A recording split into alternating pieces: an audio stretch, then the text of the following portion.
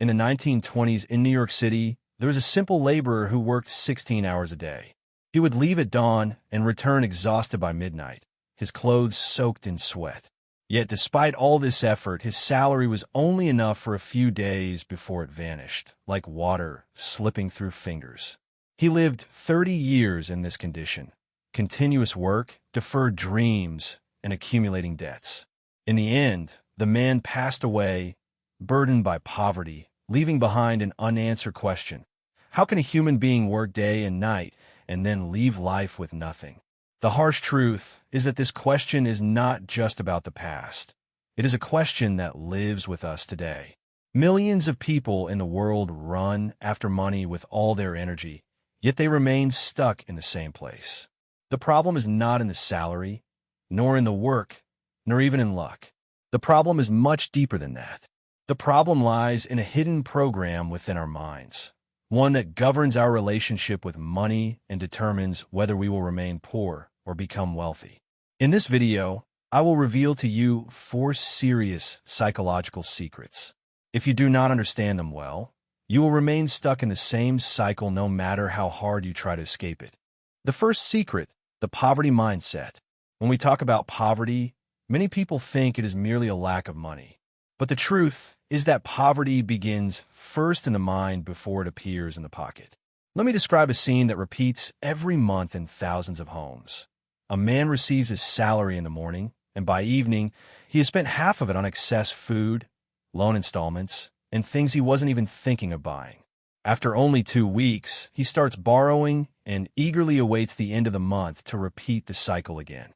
This is not a problem of a lack of money, but a problem of a mindset called the poverty mindset, a mindset that sees money only as a means for survival, not for growth. In the book Rich Dad, Poor Dad, author Robert Kiyosaki explains this point, saying the rich buy assets, the poor buy liabilities. So what is an asset and what is a liability? An asset is something that puts money in your pocket continuously. A small business, an investment, a book you author, a rented property. A liability is something that constantly takes money from you. A car on installments, a new phone every year, credit card payments. The paradox is that many people pride themselves on buying liabilities as if they were achievements, while they run away from buying assets under the pretext that they are too risky.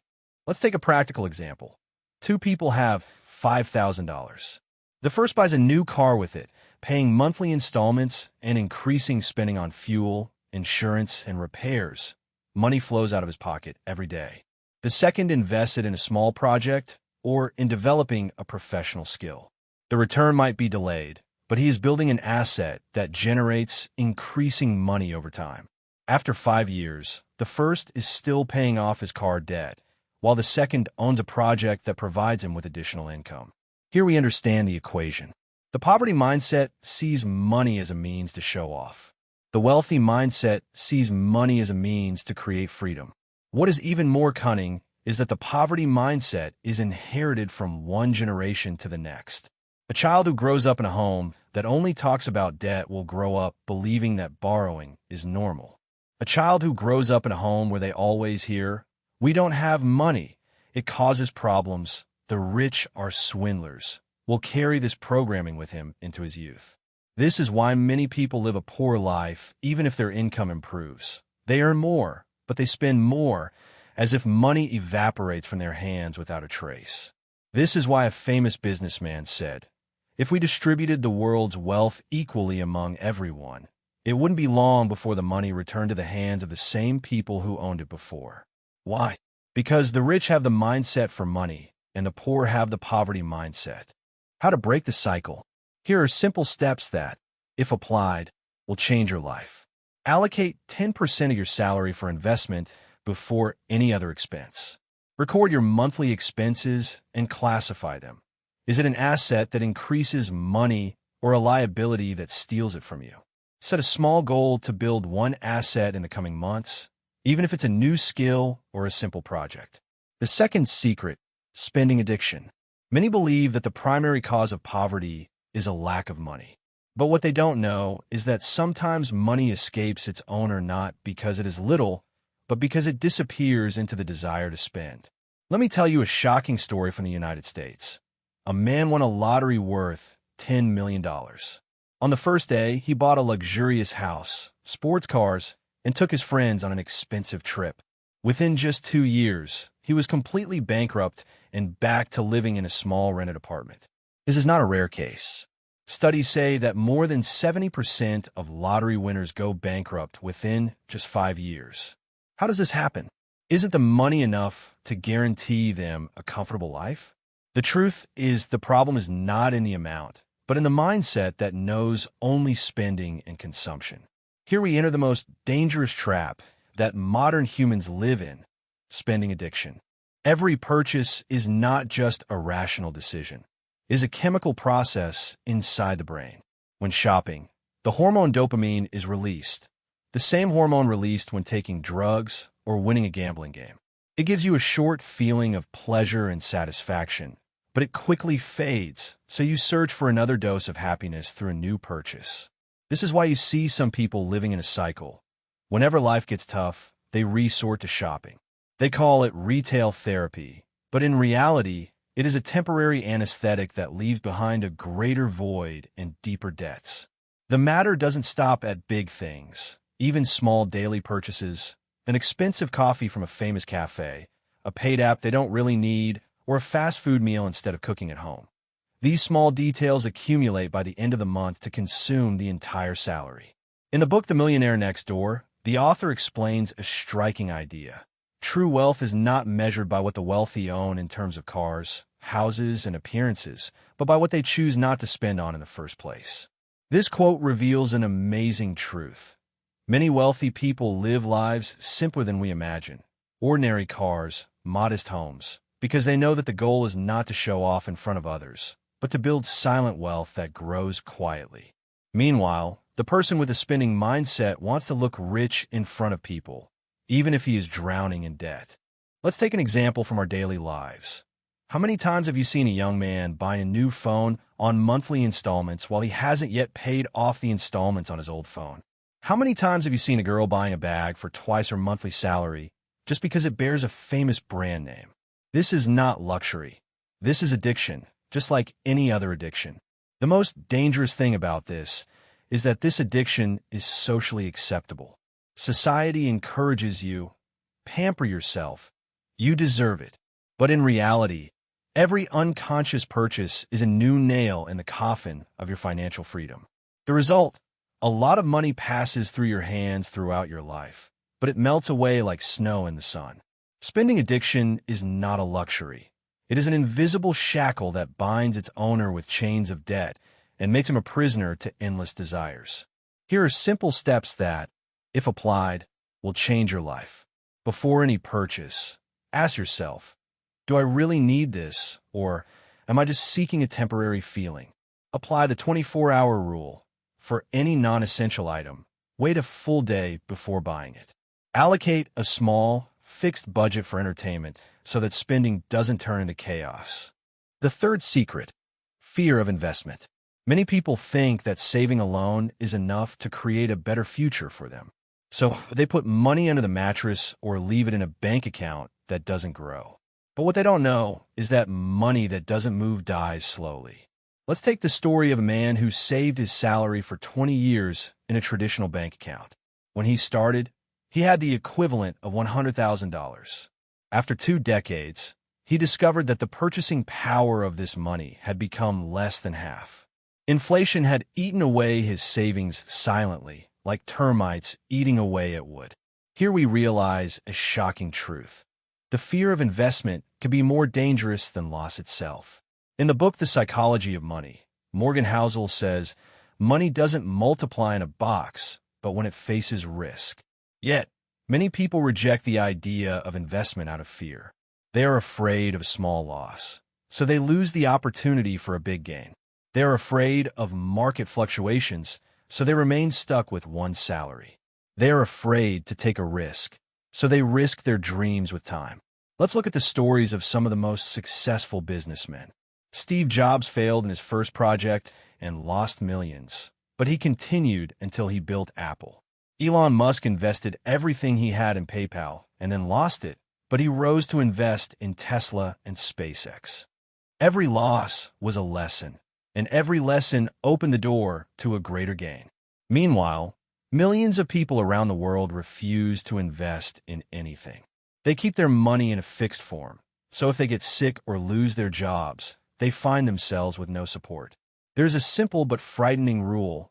Money either works for you or it works against you. Inflation is merciless. Every year that passes, your currency loses part of its value. If you don't invest, you are practically losing, even if you think you are preserving your savings. In contrast, the smart investor does not seek random risk, but calculated risk. He invests a small portion of what he owns, learns from his mistakes, and lets time work in his favor. Here emerges the fundamental difference between the wealthy mindset and the poverty mindset. The poor person is afraid to lose, so they stay in place. The wealthy person knows that loss is a necessary stage on the path to any great gain. This is perhaps what businessman Warren Buffett meant when he said, "The greatest risk is not taking any risk." Here are simple steps that, if applied, will change your life. Start with very small amounts to teach yourself that loss is not the end of the world. Invest in learning. Read a book or watch a course on investment to reduce your fear. Always make a portion of your income work for you, instead of leaving it stagnant in your account. The fourth secret, environment. Have you ever noticed that people living in the same neighborhood often have similar lifestyles, even if their jobs or incomes differ? The reason is not a coincidence. It is the influence of the environment. Imagine a young man born in a poor neighborhood. Everyone around him lives on borrowing, buying luxuries on credit, and celebrating whenever someone buys a new car or a latest model phone. Without realizing it, this young man will adopt the same habits, not because he chose them, but because he learned that they are normal. The opposite is also true. Another young man raised in a different environment, where talk about investment and savings is more important than talk about the latest fashion trends. In this atmosphere, saving becomes a habit and investment a normal matter, while borrowing is considered a disgrace. Social psychology confirms this truth. In a famous study on financial behavior, it was found that people spend more when they are with a group, even if they don't need what they are buying. The desire to imitate others is stronger than the voice of reason. And here lies the danger of the environment. If your surroundings are immersed in consumption, you will be pulled down with them, even if you know this is a path to poverty. And if your surroundings love investment and planning, your mind will gradually be influenced until your behavior becomes similar to theirs.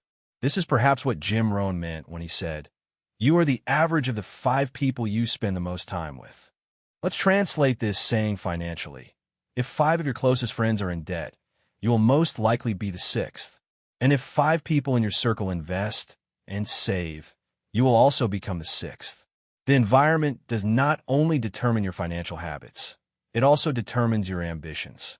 Someone who lives in a society that sees wealth as a crime or a show will feel guilty if they try to become rich. And someone who lives in a society that sees wealth as freedom and opportunity will fight to reach it.